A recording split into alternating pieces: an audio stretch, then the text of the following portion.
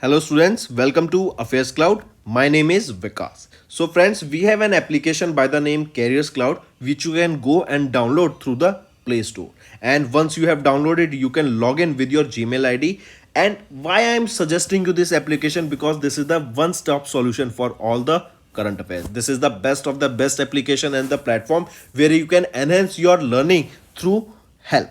Here you will be provided with multiple courses. Here you will be provided with multiple options of quizzes, and even you will be provided current affairs on daily basis. PDFs and quizzes will be provided to you on daily basis, both in Hindi as well as English. Here you will be provided current affairs with weekly basis and monthly basis also. Here remember, once you have done watching our video, then you can log in through this application, take out the PDF, read that PDF and go through the quizzes. That will enhance your preparation. Same you have to do for weekly and same you have to do for the monthly also. In monthly you will be provided with the top 100 important questions PDF and video also, that will enhance your learning, and it will be a very beneficial and important video for the revision perspective. And not just this friends, apart from this we also provide you banking and economic questions. We provide you state current affairs such as of Uttarakhand, UP, Tripura, Telangana, and many more. Not just this, apart from this, we also provide you topic wise current affairs, and the topics that we are providing you are really important. These topics are such as national affairs, international affairs, important days, sports, defense, science and technology, apps and web portals, obituary. These are the important topics that are being asked in various exams across India. So these are the topics that are must and should be covered and will be beneficial for the preparation of the students. So such friends, I'll highly suggest you to watch our video, as they will be very beneficial for you in the long. Hello everyone. So in this video we will be discussing important current affairs of 14th and 15th of April. The session will be very important and interesting, so do pay attention till the end, as you will be able to learn multiple information from today's video. Let's start. Solar Energy Corporation of India recently got which status? So remember, recently SECI, that is your Solar Corporation of India, they have been accorded with the status of Mini Ratna category 1, right? Mini Ratna category 1, that is your central public center enterprise, right? And a new communication to this effect has been issued by the Ministry of New and Renewable Energy. Important, so directly remember, Solar Corporation of India has recently been accorded with Mini Ratna 1 category. Next, here you can see it is your Mini Ratna 1 category status that has been accorded to SECI. Next is India's first underwater metro is located where? Important. And we have discussed this multiple times. Where is India's first underwater metro located? It will be in Kolkata. Right, in Kolkata, West Bengal. It is an underwater metro, and remember it is 32 meters below the water level, and the river under which this first underwater metro is located, it is your Hooghly River. It is your Hooghly River, right? And the commercial service of this particular stretch will be expected to bring by the end of 2023. All right. Next, here you can see, but as it is shown in the water without any layer, but remember there will be a tunnel under which this metro will be running, right? So it will be India's first underwater metro that has started their trial under the bed of the Hooghly River, and it is located in Kolkata, West Bengal. That is your Kolkata Metro Rail Corporation successfully conducted the trial run of India's first underwater metro train under the river bed of Hooghly through a tunnel of 32 meters below the water level. The trial runs of the metro from Howrah Maiden to Epsilande will be conducted for the next 7 months, and after that, regular service on the stretch will begin. The commercial services on this stretch are expected to begin in 2023, and the two metro rakes were evolved in the trial run along with the 44.8 km underground section from the Howrah Maiden to S plant. And this metro is expected to cover the 520-meter stretch under the Hooghly River in a span of just 45 seconds. Next, India retains the Category 1 status under the US FAA's IASA program. Now remember, India, they have retained the Category 1 status under the Federal Aviation Administration's International Aviation Safety Assessment Program. What will happen with this IASA program status or Category 1 status? With the help of this Category 1 status that has been retained with India, now India can be able to operate with the US programs, right? That means with various US organization, or we can say the country with the air carrier of Category 1 status, they are permitted to operate and expand their services in the USA with USA air carriers, right? Then remember here, this IASA program determines whether a country's oversight of its air carrier complies with the safety standards established by ICAO, that is your International Civil Aviation Organization. The program also focuses on countries' ability to adhere to international safety standards and recommend practices that are contained in the Annexure 1 for personal licensing, in 6 for operation and aircraft, and so on. So coming back, remember, India has retained this Category 1 status under the United States Federal Aviation Administration International Aviation Safety Assessment Program. Under this IASA program, FAA conducted an audit of the DGCA of India from 25th to 29th of October in 2021 in the areas covering aircraft operation, airworthiness, and personal licensing. If we talk about DGCA, that is your Directorate General of Civil Aviation. Who is the Directorate General here? DG Vikram Dev Dutt. Where is the headquarter? It is in New Delhi.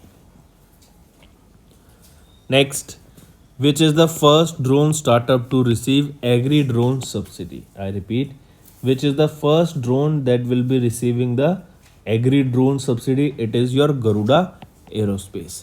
It is Chennai, Tamil Nadu based startup, and it is a made in India drone startup, and they became the first company to receive the Agri Drone subsidy for their agriculture drones.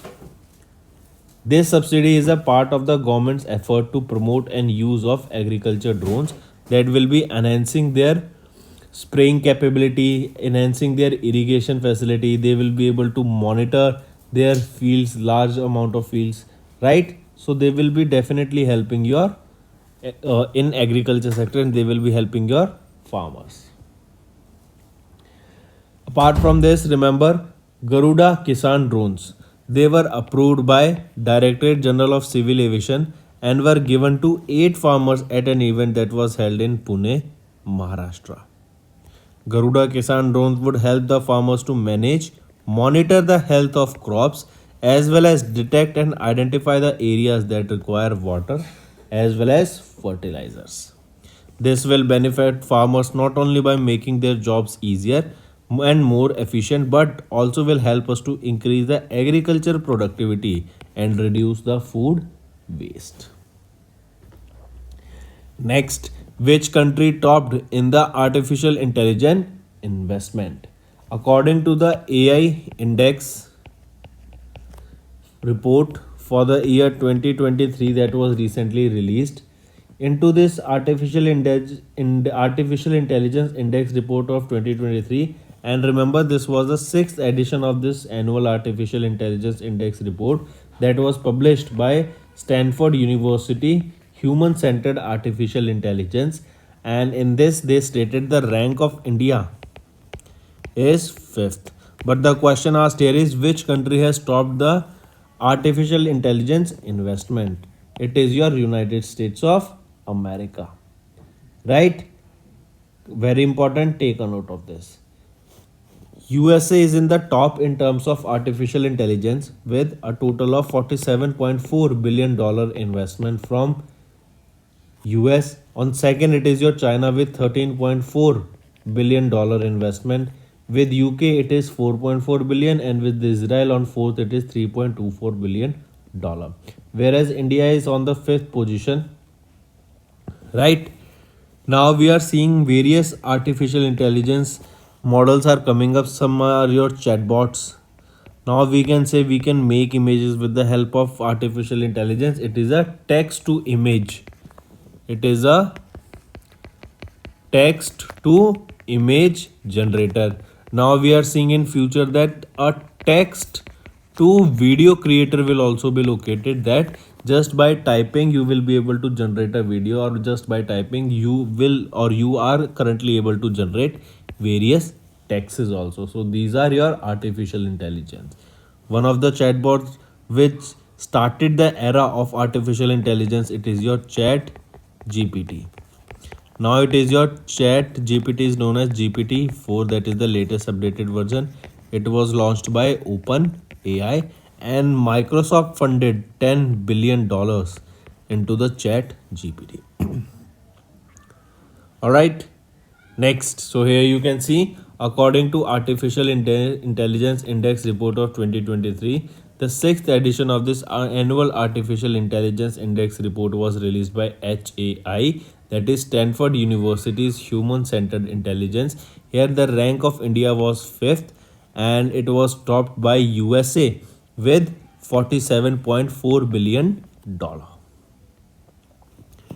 Next, SEBI recently has unveiled their new logo on their 35th Foundation Day. Mark this important. When do we observe the SEBI Foundation Day? It was observed recently, and on their day, remember, they have recently launched the new logo that symbolizes like this. All right, you can see this is the new logo, right?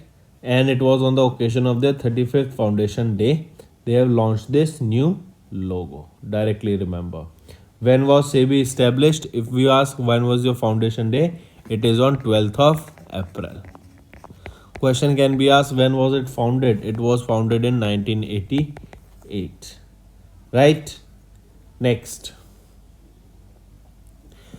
Export Import Bank of Korea recently signed an agreement with which bank for $300 million line of credit or credit line. So remember, Exim Bank of Korea, they have partnered with which organization? So remember, they have partnered with HDFC Bank, right? And they have signed an agreement worth line of credit worth $300 million, right? The finance will be utilized by the bank towards funding requirement of the companies having equity participation by Korean companies.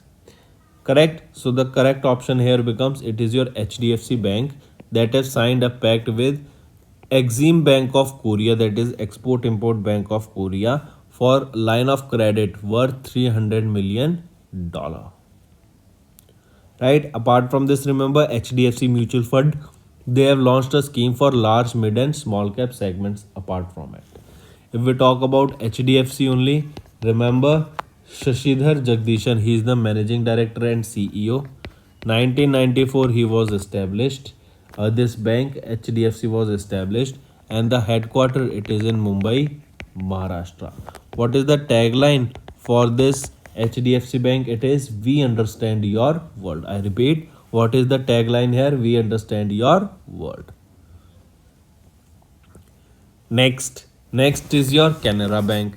Canara Bank and Bharat Bill Pay, they have tied up for a cross-border bill payment for Indian diaspora in Oman. Now we can say that in Oman we have recently, or it is your Canara Bank that has tied up with Bharat Bill Pay, so that in Oman the Indians who are living there can settle their bill payment in using the collaboration of these two. So here you can see it is your Canara Bank and NPCI's Bharat Bill Pay Limited in coordination with the Musandam Exchange, that is of Oman. They have launched this cross-border inward bill payment services for the Indians based in Oman. NPCI is your National Payment Corporation of India. It was launched in 2008. And NBBL, it is your NPCI Bharat Bill Pay Limited. This is the wholly owned subsidiary of the National Payment Corporation of India. This collaboration will enable the NRIs to utilize the platform offered by the Bharat Bill Payment System to make bill payments on behalf of their families through the Musandam Exchange in Oman. Also remember, with this initiative, Canara Bank became the first public sector bank in India to offer inbound cross-border bill payment through Bharat Bill Payment System. Right here, the cross-border payment is already live in Kuwait, and there are facilities such as electricity, water, mobile phone, gas, credit card bills, and many other can be paid with the help of the same. Next, CUB. It is your City Union Bank that has launched India's first voice biometric authentication for logging into their banking application. I repeat, City Union Bank based in Kumbakonam, Tamil Nadu, launched India's first voice biometric authentication for logging into its mobile banking application at an event that was held in Chennai, Tamil Nadu. The voice biometric was developed by Kaizen Secure Voice Private Limited, that is based in Chennai, Tamil Nadu, under the guidance of the 5G use case lab of the Institute for Development and Research in the Banking Technology. Right, so we are talking about the first voice biometric authentication for logging into their banking application, and this feature has been launched by City Union Bank. Right, important. Right now we are using either our thumbprints to open our phone, or low code is there, or face authentication is there, but now first voice biometric authentication will be used to log in into your banking application. Next is PhonePe. PhonePe raises another $100 million loan from General Atlantic. All right, I repeat, Walmart Incorporate owned PhonePe, the digital payment and financial service decacron. They have raised $100 million, that is about 820 crore rupees, from USA based private equity firm General Atlantic. The other investors, as a part of this ongoing $1 billion fundraise, is to expand into their lending space. PhonePe secured a fresh capital from General Atlantic and its co-investment at a pre-money valuation of $12 billion. So far, they have raised $750 million as a part of the ongoing round, and PhonePe has raised $100 million from Tiger Global, Ribbit Capital, and TVS Capital, and another $200 million from its parents firm, that is Walmart, as a part of the mega fundraiser. So coming back, remember, it is your PhonePe that have raised another $100 million from General Atlantic. Moving on, economy and business. UNCTAD recently reported that India's economic growth projected to slow to 6% in fiscal year in the year 2023, that will be down from 6.6% in 2022. So according to UNCTAD, India's economic growth that was earlier 6.6% in 2022 has been slashed down to 6% in 2023, and it was by UNCTAD. Right, here you can see, according to the report, India grew at 6.6% with annual rate in 2022, and now recently, remember, apart from this, oil rich Saudi Arabia, which grew at an 8.6 annual rate. India's GDP growth is anticipated to slow 6% in 2023 as a result of declining government spending and high export orders. Right, so this is data released by Then apart from this, if I tell you about Ministry of Finance, they projected that India will be growing by 7% in this particular year. If we talk about UNCTAD, when was it established? 1964, and Geneva, Switzerland is the headquarter. Next is India's export performance for 22-23 has been increased, and India's export has increased by 6% to $447 billion in fiscal year 23, while import has also increased by 16.5% to $714 billion. So, if we are talking about exports, they have increased by 6%, and if we are talking about imports, they have been increased by 16.5%. Right? Important, take a note of it. These imports, one of the main reason for them increasing is that we are importing more from Russia now. All right, all the petroleum products, chemicals, marines, pharmaceuticals, they are being imported from Russia, and due to which our import has significantly increased. Then remember, we are selling or further exporting these products, that is your petroleum products, to US, because US cannot directly buy because of the sanctions from Russia. So now they are buying through a third channel from a via route of India. Correct? Then remember, apart from this, Indian service export has also increased. That was, we can say, almost in the service sector. In service sector, the exports have been increased by almost 27.16%. Right? Then if we talk about foreign trade policy, FTP for 2023, currently the government of India unveiled the foreign trade policy 2023, the aim of which is to boost Indian rupees to trade and increase the export by or increase the export to touch $2 trillion mark by the year 2030. This is the target of India that was set up or that was displayed in the foreign trade policy of 2023. That is, we aim to achieve 200 trillion or $2 trillion in exports by 2030. Correct? Next is appointments and resignation. RBI has approved the reappointment of Sanjay Agarwal as the Managing Director and Chief Executive Officer of AU Small Finance Bank for 3 years. That is, RBI approved the reappointment of Sanjay Agarwal as Managing Director and Chief Executive Officer of Jaipur, Rajasthan based AU Small Finance Bank, and he will be here for 3 years, and his term will be starting from 19th of April 2023. Right? Then remember, Uttam Tibrawal was also reappointed as the whole-time director of AU Small Finance Bank for 3 years with effect from 19th of April 2023. Right? So who has been appointed as the Managing Director and Chief Executive Officer? Sanjay Agarwal of AU Small Finance Bank, and he will be here for 3 years. Then who has been reappointed as the whole-time director of AU Small Finance Bank? Uttam Tibrawal. Next, if we talk about AU Small Finance Bank, who is the chairman and managing director, CEO and managing director? Sanjay Agarwal. Where is the headquarter? The headquarter is in Jaipur, Rajasthan, of AU Small Finance Bank. Next is science and technology. TCG Anadolu. I repeat, TCG Anadolu, that is Turkey's largest warship and the world's first drone carrier. This line is really important. Alright, you should focus here.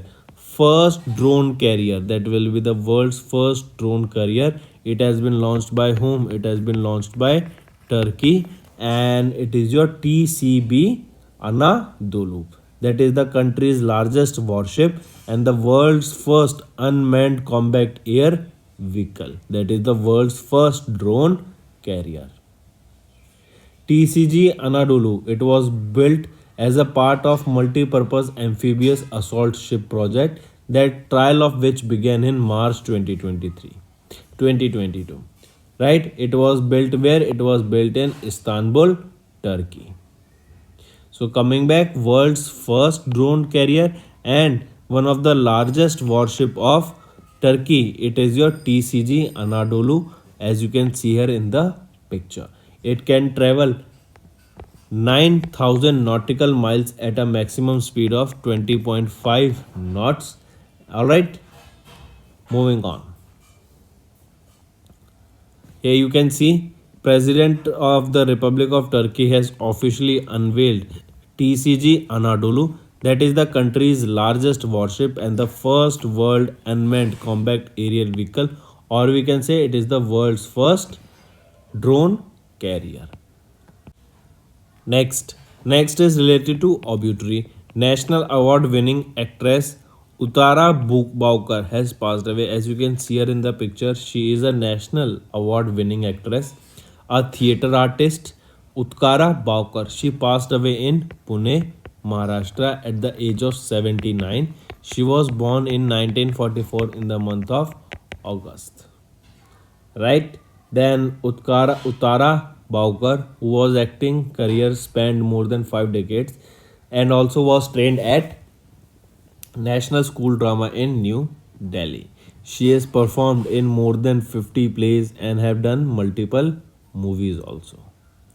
Also remember Uttara Baukar. She was honored with the Sangeet Natak Academy Award for Hindi theatre in 1984.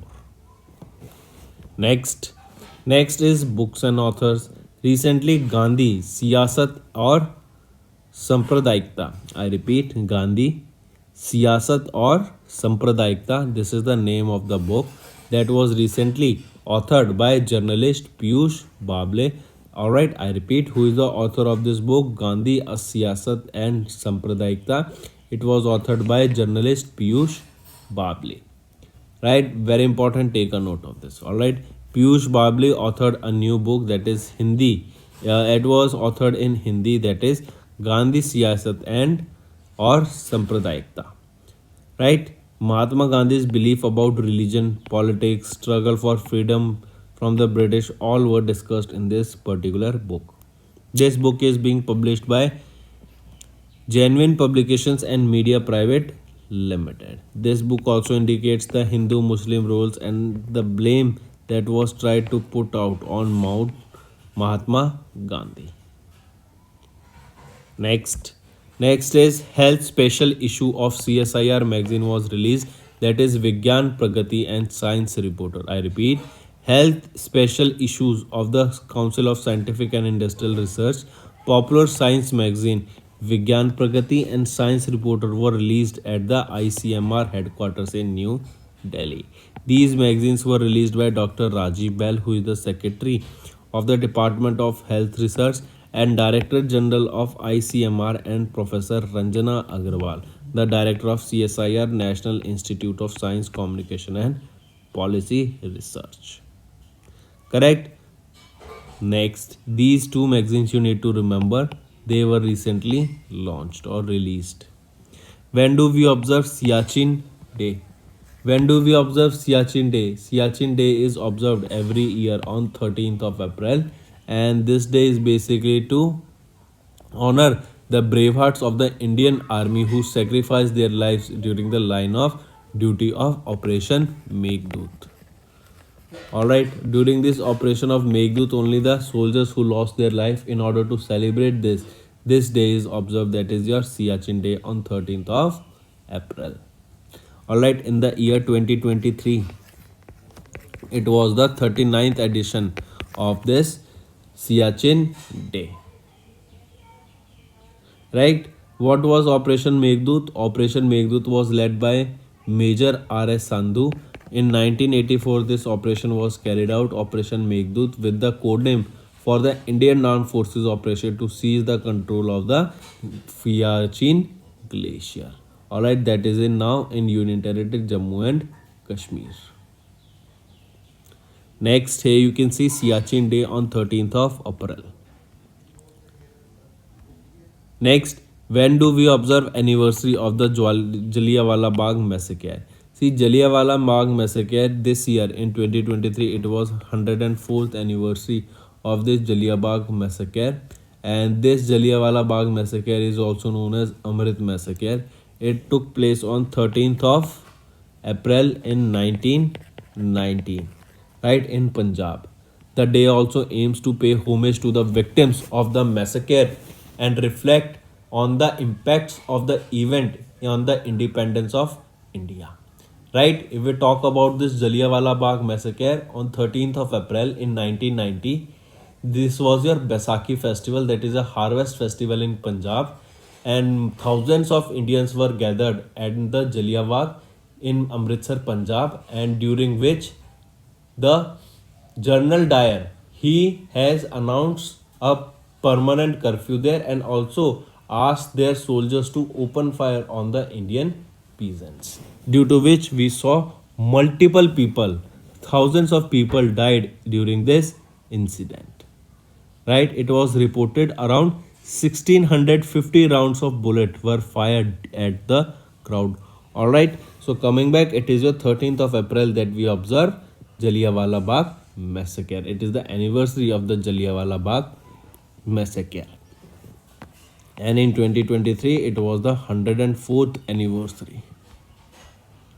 Next, so these were your important current affairs for the day, friends. Now let's go for a quick revision. Solar Energy Corporation of India got the Mini Ratna Category 1 status. India's first underwater metro. It will be in Kolkata, West Bengal, under the river Hooghly.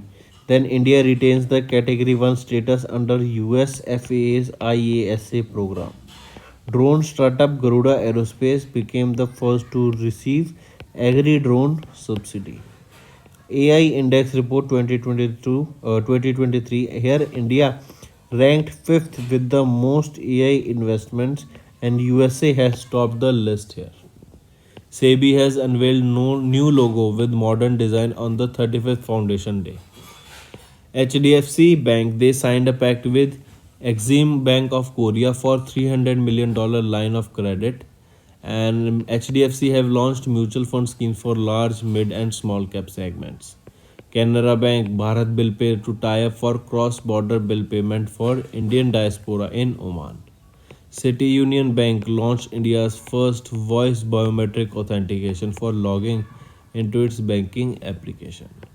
PhonePe raises another $100 million from General Atlantica.